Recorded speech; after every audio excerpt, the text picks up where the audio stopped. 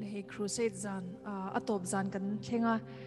clear tu zong te in zawain kalal pai swa Krista mi in chi bai ka buk chewa zanina injinga hun karon mang thei tur hi kalom em chuanin hei kala sak ngai lo tak mai karon sadona e van nom na kim kan nei theinan ali lom na himin sha saka ti la kha ani ka thin lunga hian tukin jing ka tho chu he lai ka tho chwa puya englang ni o ka sakang ka ti ro lai ni lai ka thin lunga voini leng ina oma chuwang chuanin pathian ro puinan karon sa chuak don ani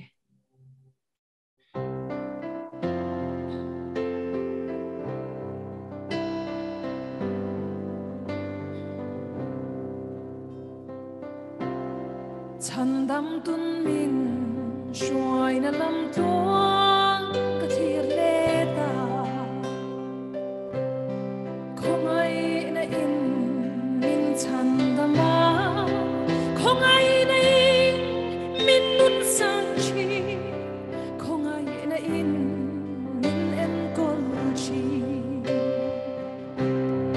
khong ai na in min thugru in